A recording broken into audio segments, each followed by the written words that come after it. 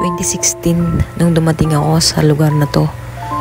Takot at kaba ang una kong naramdaman.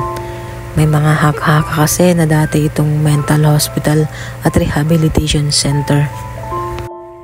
1 linggo, 5 buwan hanggang umabot ng 8 taon. Sino mag-aakalang itong lugar na to ay tinuring ko ng tahanan. Madaming memorya ang nabuo. May mga taong dumating, may mga taong umalis. Kailangan na daw naming lisanin ang lugar na to kasi pinaglumaan na ng panahon. Para na rin sa aming sariling kapakanan at kaligtasan. Madaming bagyo at lindol na dumaan pero hindi ka nagpatinag. Naging matibay ka para sa amin. Mukhang hindi ko na masisilayan tong mga magagandang halaman na araw-araw kong nakikita tuwing pumapasok sa trabaho.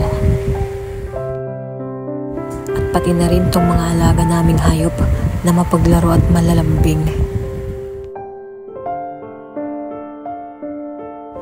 Sabi nga nila ang mga memorya daw ay parang ginto.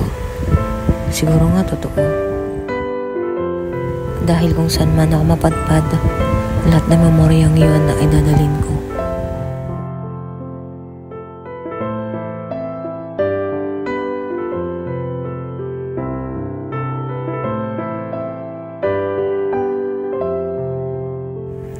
Mabigat sa dibdib ang paglisan sa lugar na to. Hindi naman may pagkakaila. Madaming may ibang alaala. Masasaya man ito o malulungkot. Salamat. Salamat sa 8 taon.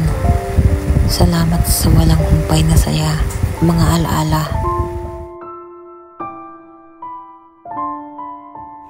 Salamat aming dormitoryo. Kailangan mo na rin sigurong magpahinga.